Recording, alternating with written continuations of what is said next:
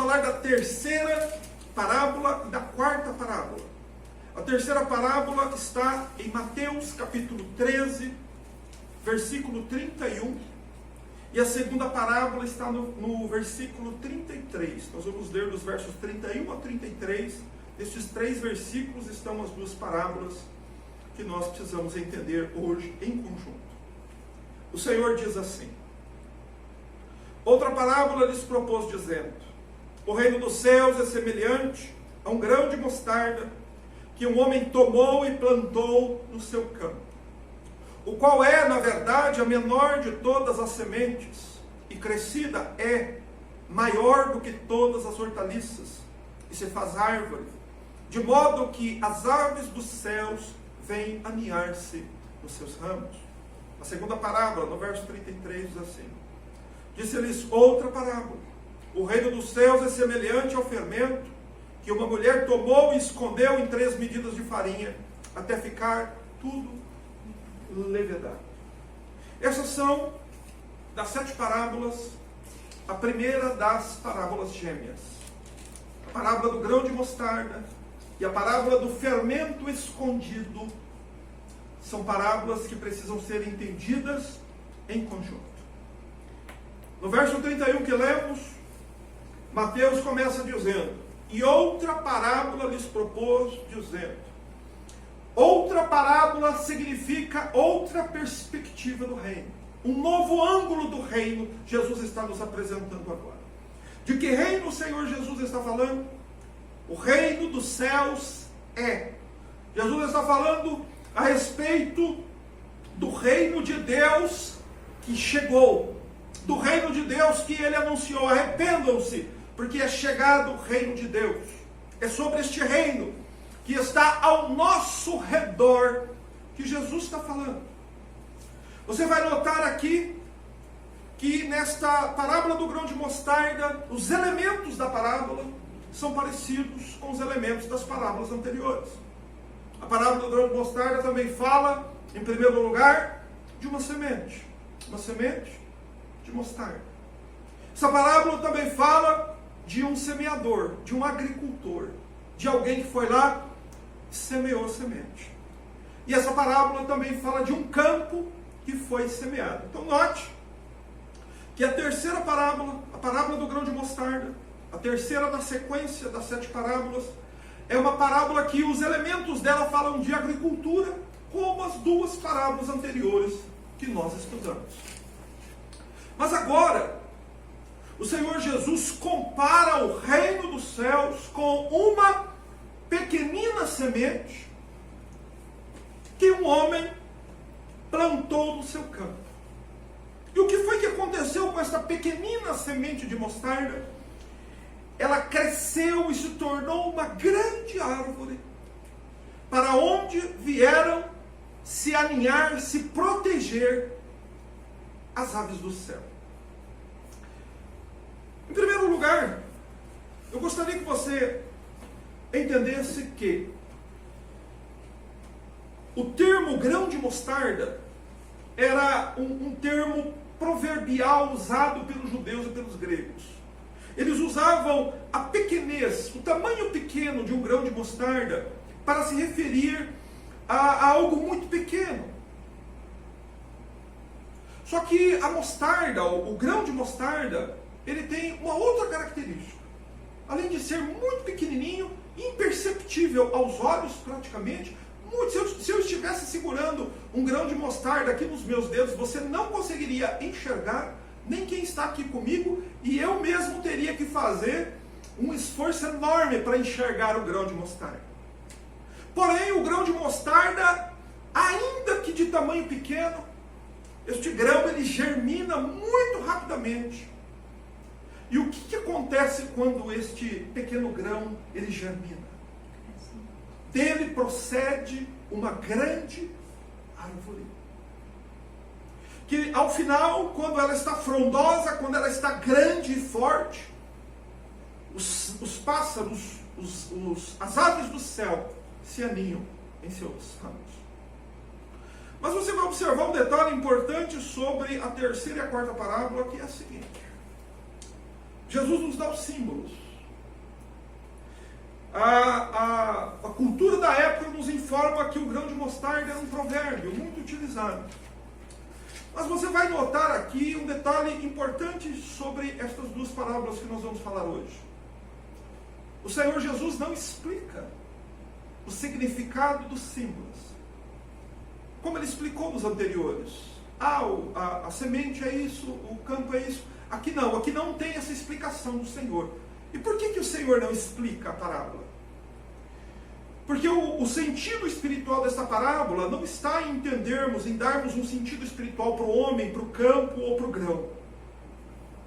O sentido aqui é fazermos uma analogia entre uma semente pequena na ótica humana e uma enorme árvore que procede desta tão pequena semente.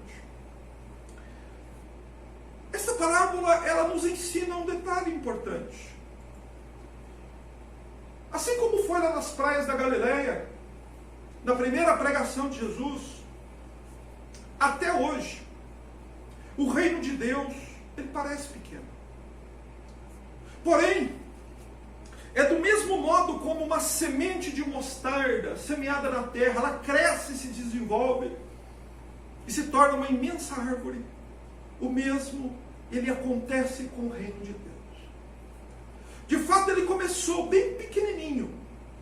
Começou com o anúncio de Jesus quando ele estava sozinho. Porém, este grão de mostarda, que é o reino de Deus, ele tem crescido e avançado através dos séculos.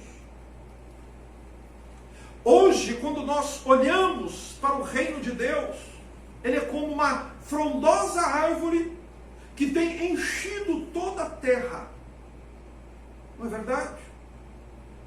Você não encontrará uma nação do mundo em que o reino de Deus não esteja lá. Em que não esteja lá alguém pregando o evangelho do reino, pregando a palavra do reino. Você não vai encontrar uma nação na terra, uma ilha, um país, sem que haja lá um semeador semeando a boa semente do reino. O grão de mostarda foi semeado na terra quando veio o Senhor Jesus. Quando ele anunciou que o reino de Deus chegou. E este reino tem avançado até os nossos dias. E hoje este reino, ele encheu a terra. Portanto, a primeira parábola aí nos ensina um detalhe muito importante. Quando o Senhor Jesus anunciou essas parábolas, o reino de Deus estava ali, naqueles dias, na parábola, em Mateus 13, com Jesus e seus discípulos. O reino de Deus, quando Jesus anunciou as parábolas, continuava pequeno. Porém, ele disse que o reino iria se desenvolver no mundo, ele iria crescer. E graças a Deus, o reino que começou pequeno lá na Galileia, ele avançou sobre toda a terra. E para a glória de Deus e louvor do seu nome, ele chegou a mim e chegou até você. O reino pode ser comparado hoje com uma grande árvore, para onde as aves do céu vêm em busca de abrigo.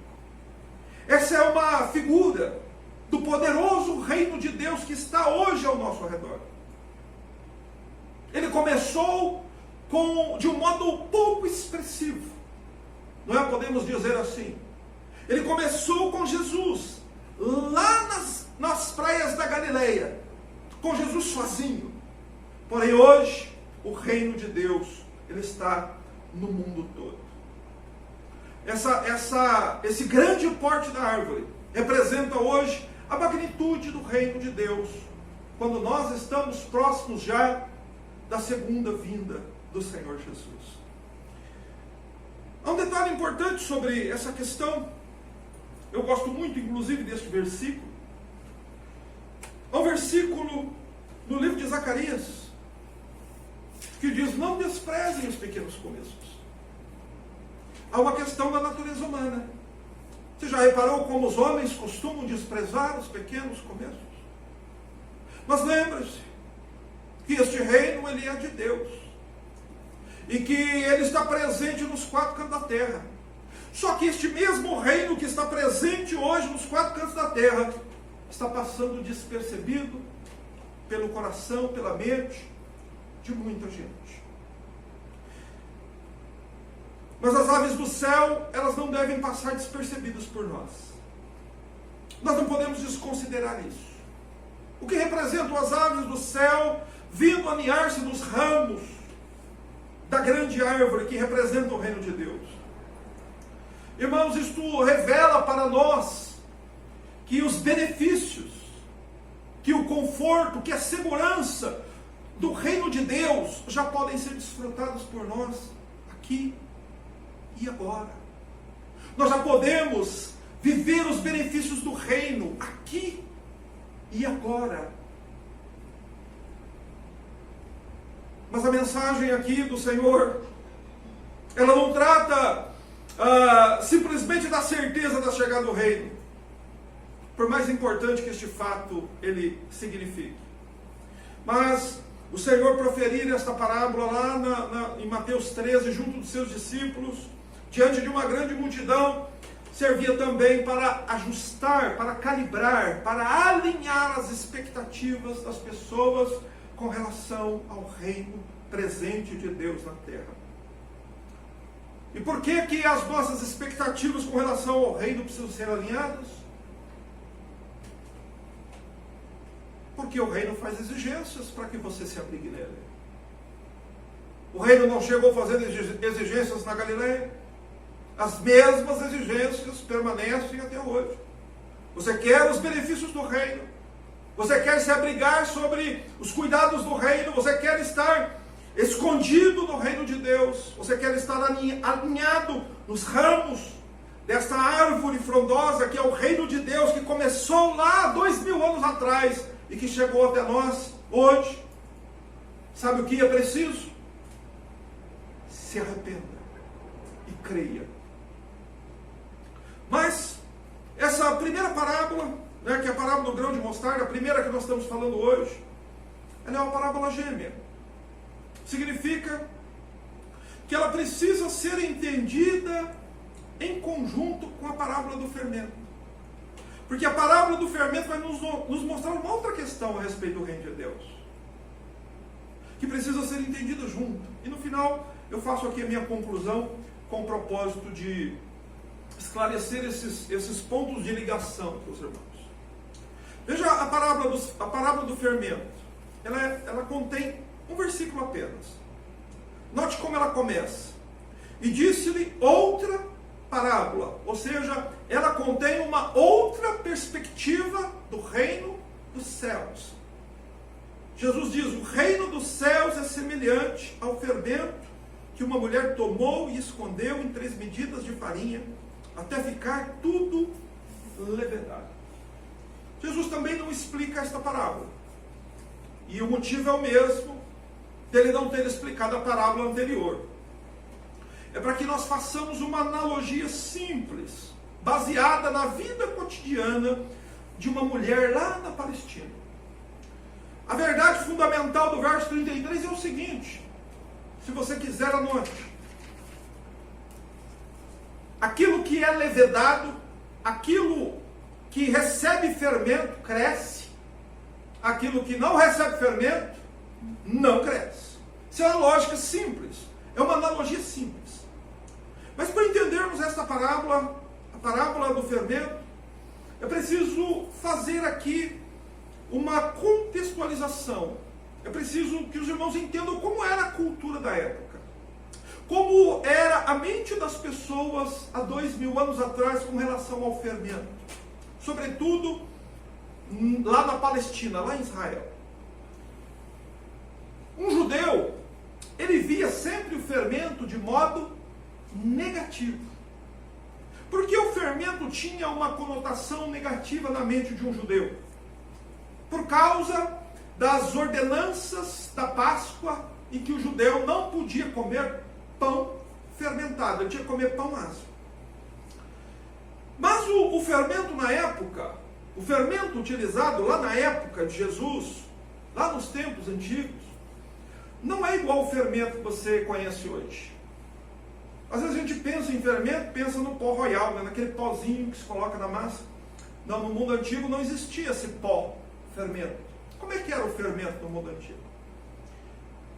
No mundo antigo, o fermento era nada menos que uma porção da massa, do trigo, retirada. E essa porção retirada do pão, ela acontecia nela um processo natural de fermentação. Assim como o vinho fermenta naturalmente, o trigo também fermenta naturalmente. O pozinho que você coloca acelera o processo. Mas como é que eles faziam pão naquela época? Eles pegavam uma porção daquela massa já fermentada e guardavam uma pequena porção de uma grande quantidade de massa, e eles guardavam separado aquela pequena porção para que esta pequena porção fosse o fermento da próxima fornada de pães. Tá certo? Porém, a tarefa de preparar o pão era das mulheres, era predominantemente feminina. E um detalhe importante, para que você entenda, é que 3 medidas de farinha equivalem a 39 quilos de farinha moída.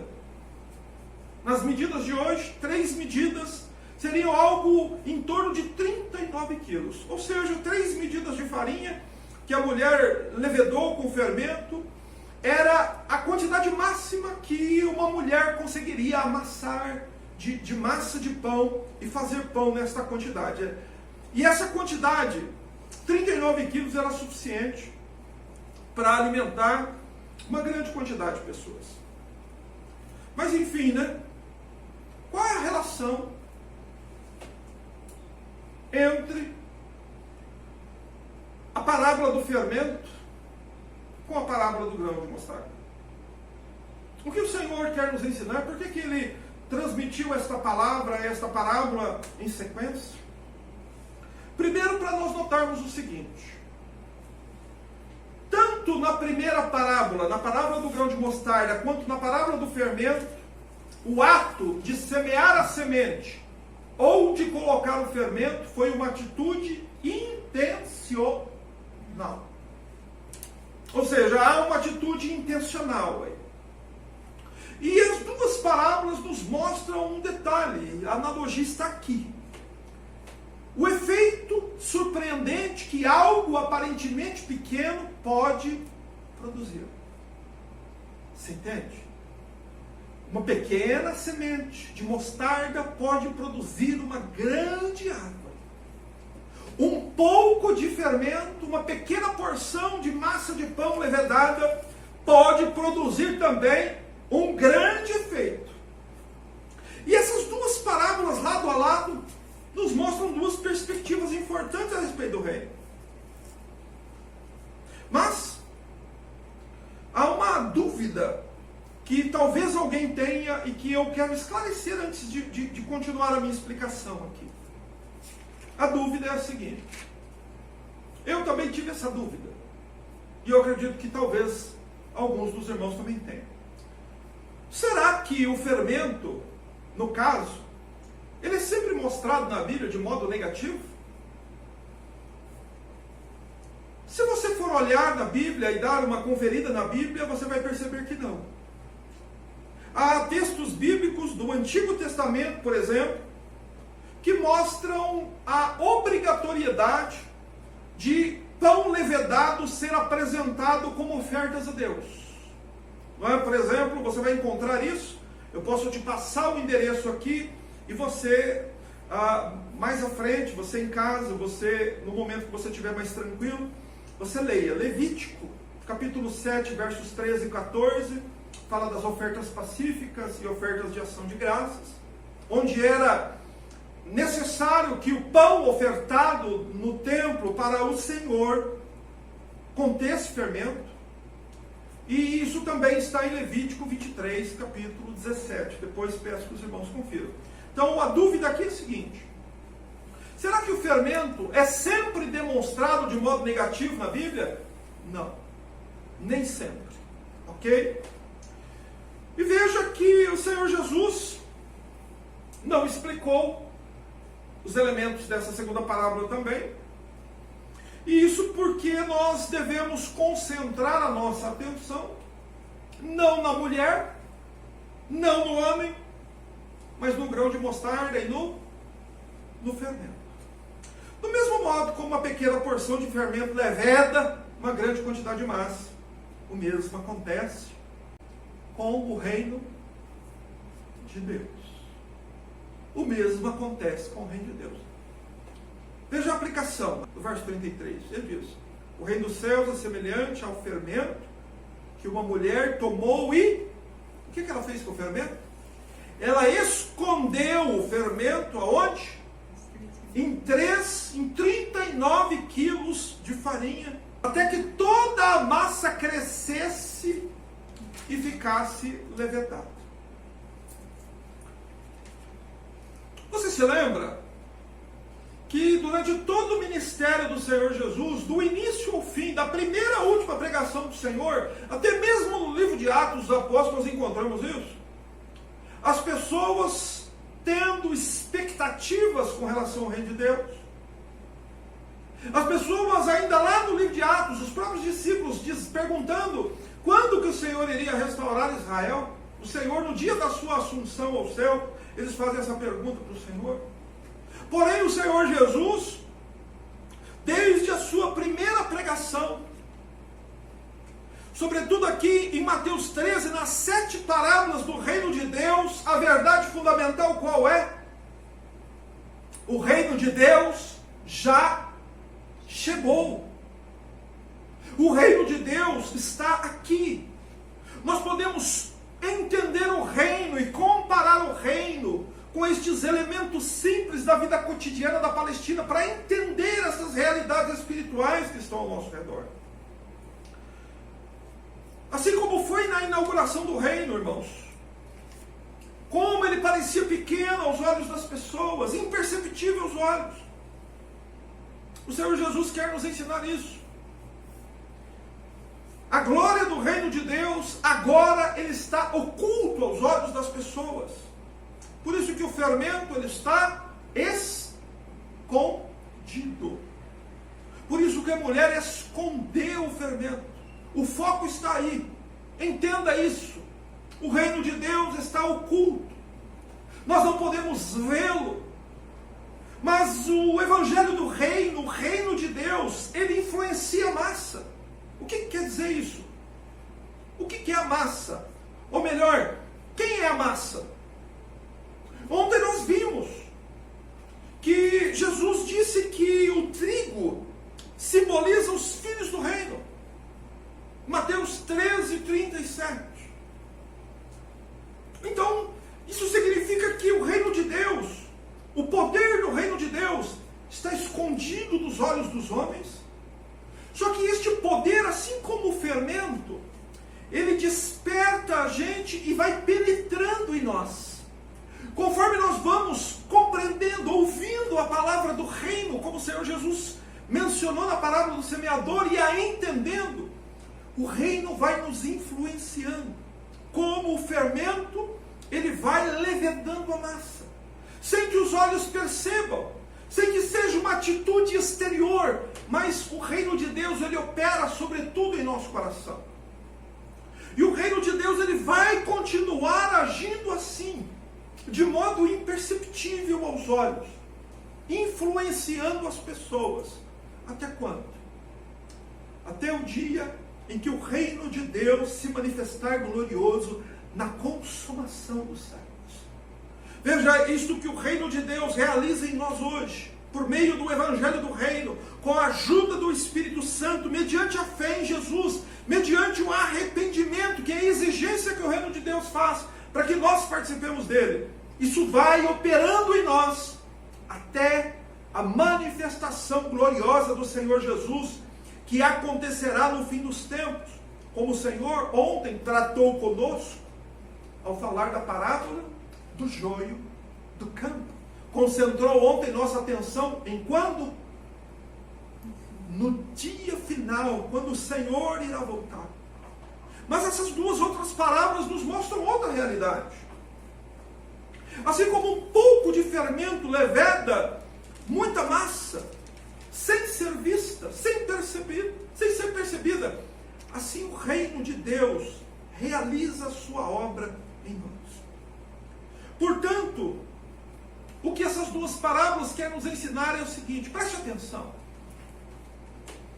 O grão de mostarda mostra que o reino de Deus iria avançar sobre a terra, começando como uma pequena semente de mostarda, mas ele ia avançar, ele iria se desenvolver, chegando a alcançar toda a terra, como uma grande árvore que aninha as aves do céu.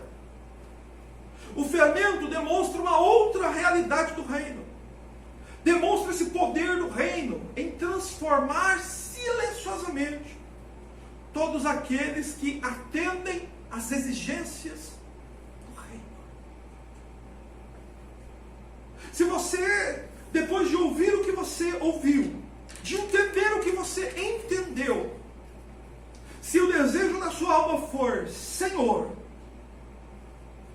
eu quero me arrepender dos meus pecados e quero dedicar a minha vida ao seu reino, então o bom fermento do reino vai trabalhar em você, preparando você para morar naquele reino glorioso, que os nossos olhos verão, que na verdade toda a humanidade verá, no dia em que o Senhor Jesus, ele se manifestar.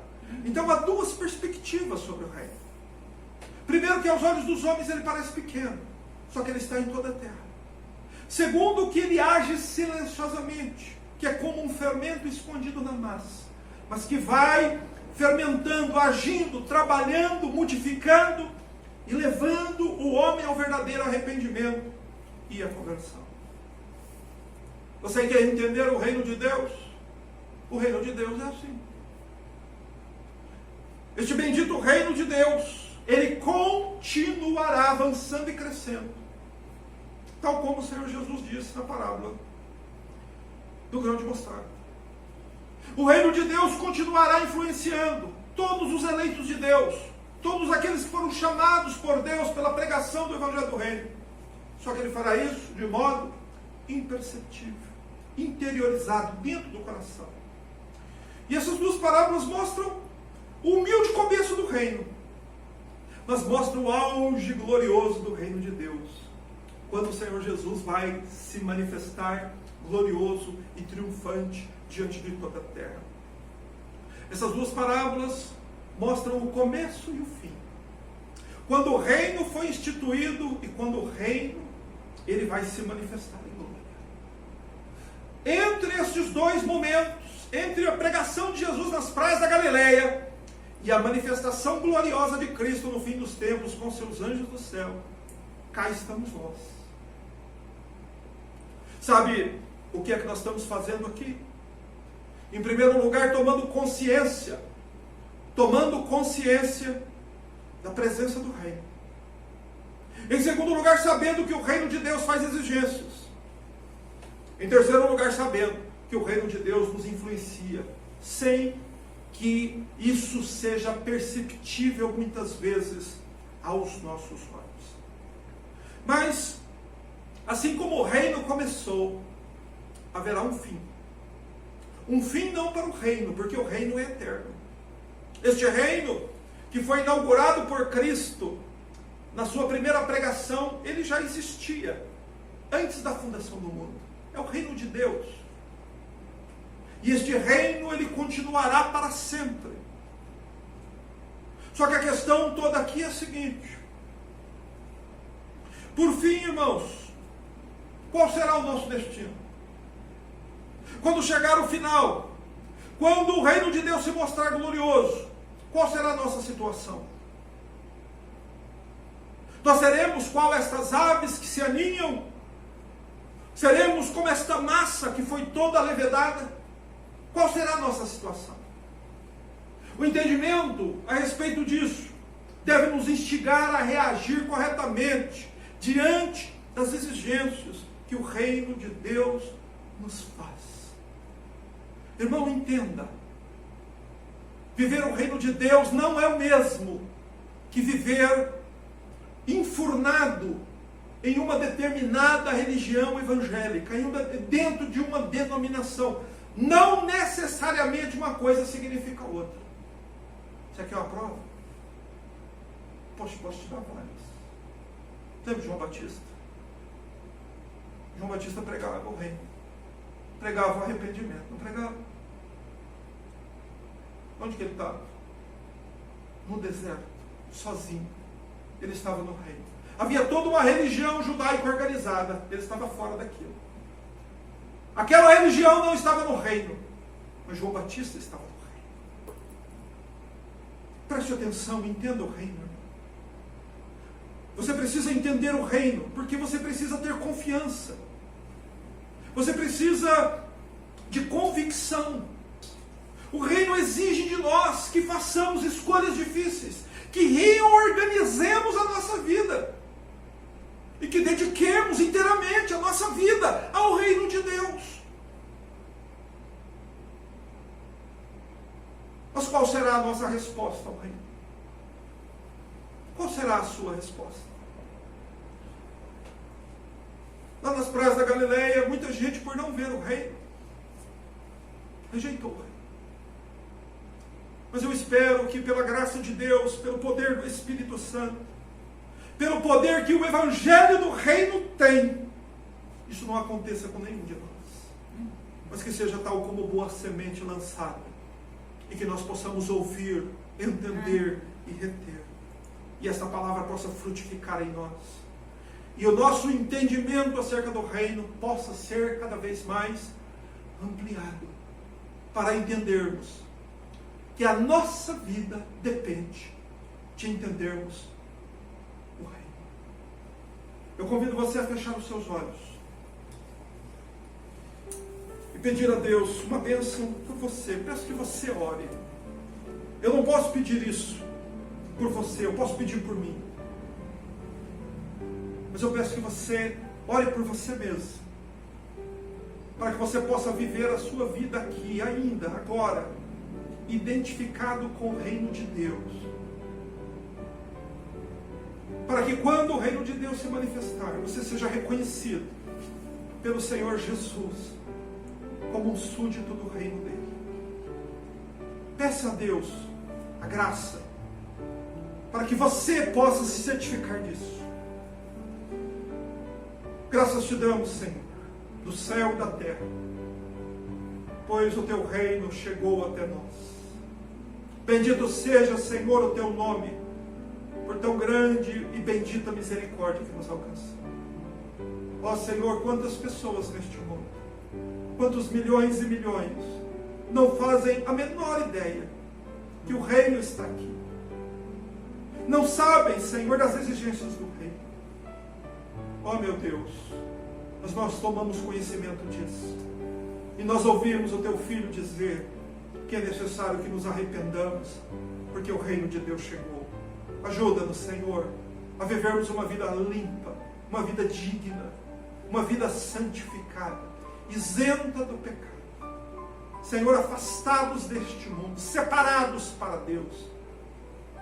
E que possamos, Senhor, dedicar o nosso tempo, a nossa atenção, os nossos recursos, a nossa vida, o nosso esforço para o reino de Deus. Ajuda-nos, Senhor, para que o reino de Deus assuma o controle da nossa vida e que possamos viver, Senhor, para a glória de Cristo. E que naquele dia bendito, quando o reino glorioso se manifestar, quando enfim todos os homens virem, Senhor, o fulgor, a glória deste reino que agora não se pode ver, que naquele dia o bendito Salvador, o Rei, o Senhor, nos identifique como súditos do seu reino. Ajuda-nos, Senhor, a avançar na compreensão destas coisas, para que nós possamos caminhar com confiança para este dia. Graças te damos pelo estudo de hoje, por tua palavra, pelo ensinamento. Bendizemos o teu nome pela paz e pela comunhão. E te adoramos, Senhor, no nome de Jesus.